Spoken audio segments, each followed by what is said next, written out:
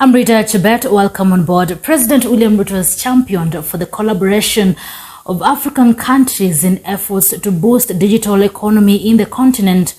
Speaking during the 7th Identity for All in Africa General Meeting on Wednesday, Ruto shared the importance of devolving beyond the individual achievements that countries have made in enhancing digital economy, citing digitization of government records and automated services, as William Juma reports.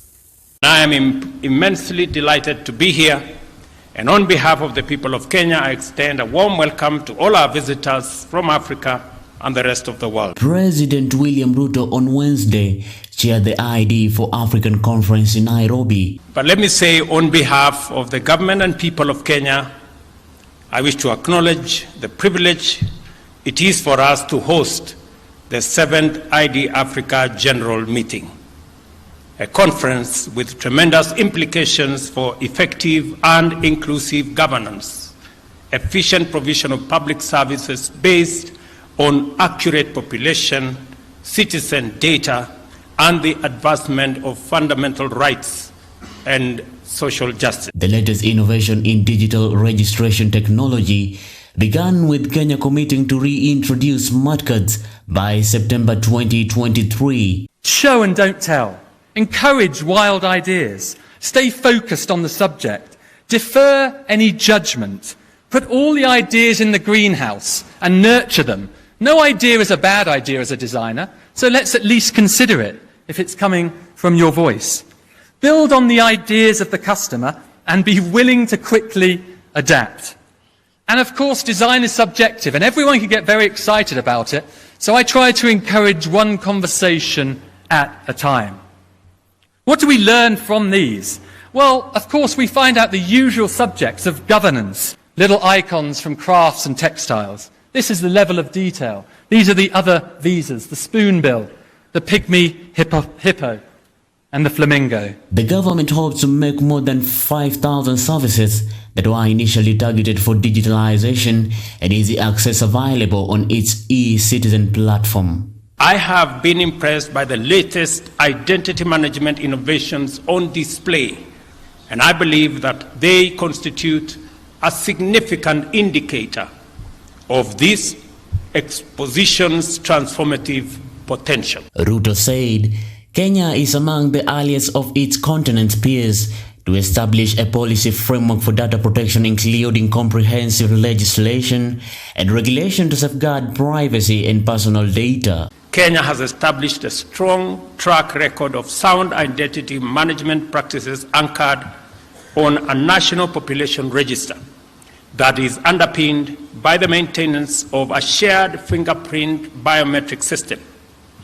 The register captures the data of adult citizens, residents of national or foreign nationals, refugees, as well as other protected persons. Aside from this, Kenya also maintains a robust civil and vital statistics registration system. The government has instituted measures to ensure 100% registration of births and services and births and deaths by 2026. We are ready to execute our leap into a brave new world and become a fully fledged digital economy, he said. Even working with Kenya on our new passport and our new identity infrastructure. The only caveat I will give to him is that it will be possible for us to work with you only if you're willing to work with our young people, our experts, our designers, so that we can be able to pass on the experience that is developing, the scientific knowledge that is developing, so that the young people we are developing in our continent can also contribute their talent, their ideas, and their suggestions into the identification infrastructure of the future. Leaders present included Interior CS Kithure Kindiki, Nairobi Governor Johnson Sakaja, and Lang'ata MP Felix Odiwuor, among other leaders. Nairobi is the silicon savannah of the continent. Nairobi is a place that's a hotbed of innovation. Our young people have led the way and have blazed the trail when it comes to technology. And so this is the right place for us to have the confluence of digital solutions to identity. As a county government, we are, I think, the second on the continent to start a physical addressing and street naming system that is on GIS. It's all system go as Kenya is set to embrace a fully automated biometric identification system. Interior and National Administration Cabinet Secretary Kithure Kindiki on Wednesday said that going forward, Kenya is seeking to upgrade its current automated fingerprint identification system into an automated biometric identification system. And we are very happy with the kind of cutting-edge technology that have been demonstrated during the exhibition. I welcome everyone, and I look forward to learning and picking ideas which we can integrate as the people of Kenya. Currently, we have an ID system in Kenya that is semi-automated.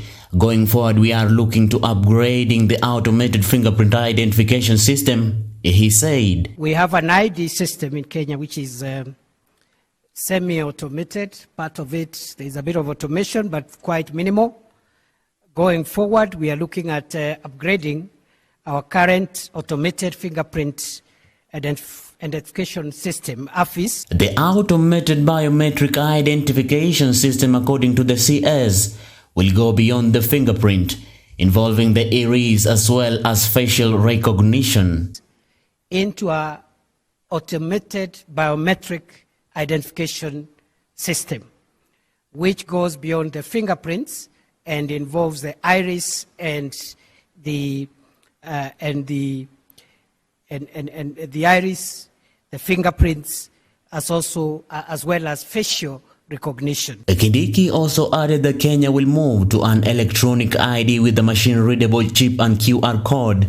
This should lead us to a digital ID system that will allow web-based ID authentication, he said. We are moving towards an electronic ID with a machine-readable chip and QR code, and eventually this should lead us to a digital ID system which will allow web-based ID authentication. Kindiki added that in the long run, the web-based ID authentication will transit into a universal, unique personal identifier that the state will give to all newborns in Kenya, and it becomes their ID when they attain the age of majority, at least 18 years. Transit all that into a universal personal identifier, a unique personal identifier, which we are going to give all newborns in Kenya, and it becomes their ID when they attain the age of majority at 18. Reporting for Maisha Prime, Maisha Television, I'm William Juma.